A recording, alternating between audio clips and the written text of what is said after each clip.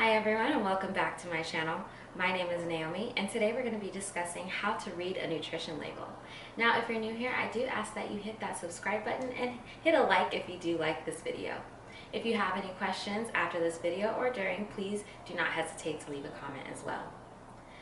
Now, some of you might be saying, read a nutrition label, that seems a little confusing, I really don't know how to do that. Well, that's what I'm going to show you today. So I'll start with something common that most of us have in our kitchen pantries. That would be peanut butter, Jif, or whatever other brand that you have. So what we're going to do is start with the nutrition facts on the back. Now, something I'd like to point out is that these nutrition facts are based off of 2,000 calories a day diet. The first thing you should do when you're reading a nutrition label is look at the serving size.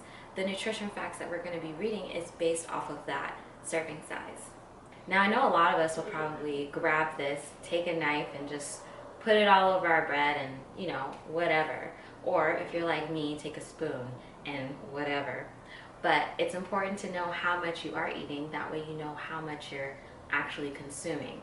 Yes, that might seem like the same thing, but it's not. So if the serving size is 2 tablespoons, which by the way is kind of a lot, this is what your nutrition facts are going to be. You're going to start with their total fat. It's 16 grams for this Jif, and it says 21% of your daily value. That's 21% of the amount of fat that you should have for the day based off of a 2,000 calorie a day diet. Now some of you might say, oh my god, that's a lot of fat. I don't need that much fat. I'm going to eat half of that, or whatever your case may be. But fat is good for you. You should always take in a good amount of fat. It's one of your macronutrients.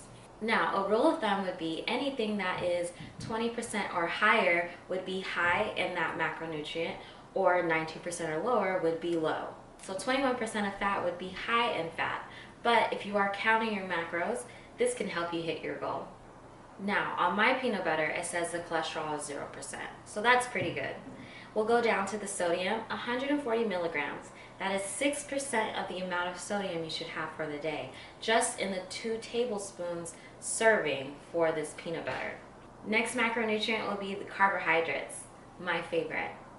8 grams, and that's only 3% of the amount of carbohydrates you should have for the day. So this is really low in carbs. Now, something that most Americans don't get enough of is fiber. This is 2 grams of fiber, and that's 9% of the amount of fiber you should have for the day.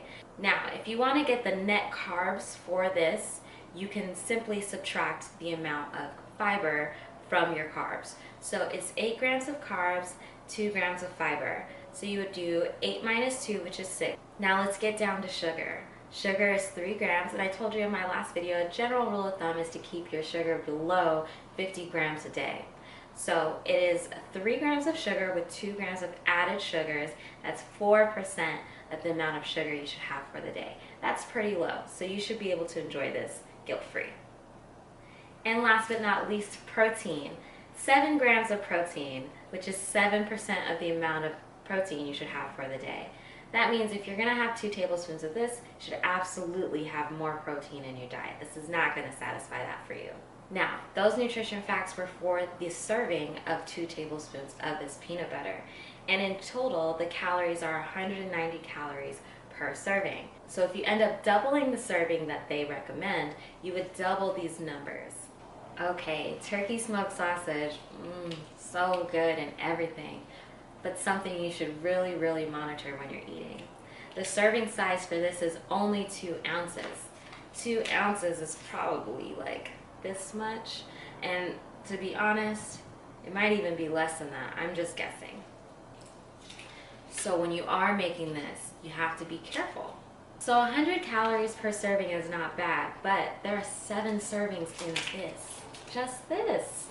And these are so good that you probably will end up eating like 3-4 servings. So let's start with the fat. Total fat is 6 grams of fat, and that is based off of a 2,000 calorie a day diet. That is 9% of the amount of fat you should have for the day. Cholesterol is 35 milligrams, and that is 12% of the amount of cholesterol you should have for the day. Sodium, 500 milligrams, 21% of the amount of sodium you should have for the day. That's why I said you should really monitor this when you are eating it, because it's so easy to eat more than what you should be eating because it is so good. So if you have 3 servings of this, that's already 63% of the amount of sodium you should have for the day. And that means you really have to watch what you're eating. Hopefully you have this in the morning and you can monitor, later. Or if you're having this for dinner, make sure you plan out your meals in the morning according to this. If you know you're going to be eating this, make sure your earlier meals are low in sodium. Total amount of carbs are 3 grams. It's only 1% carbs. It's very, very low. So you definitely need to have a side of veggies with this to get the carbs that you need for your body to function the way it wants to. This also has no fiber in it, so definitely put some veggies on the side. The sugar is 2 grams, but it doesn't tell me the percentage for the day. But 2 grams is pretty low, so you should be okay. And protein, 8 grams of protein per serving. So if you do end up eating 3 servings of this, you will get a good amount of protein, but not enough to offset the sodium intake. And that is what is really important, because high sodium means hypertension, could lead to heart disease, could lead to a number of things when you do that consistently. And we're all about trying to be healthy, living a longer and healthier life. So I hope you were able to understand the nutrition label based off what I was just saying. Now, of course, when it comes to nutrition labels, there are other factors that you should take into consideration, like your micronutrients and the ingredients that are in these products. It's always best to get organic foods, things that are not processed, and if you can, grow your own vegetables and fruits. I'm trying to. I don't have that much of a green thumb, but hopefully one day I will. If you like this video, please give it a thumbs up, comment down below, share it with your friends, and if you have any questions, if you feel like I didn't explain it good enough, just let me know and I'll be happy to do another video more thoroughly for you. Thank you for joining me for another segment of Feed Your Change. Please remember to feed your change and do not starve it. Eat all of the good foods. You can have them in moderation. And don't forget to drink your water. Thank you. Stay healthy, be healthy. See you next time.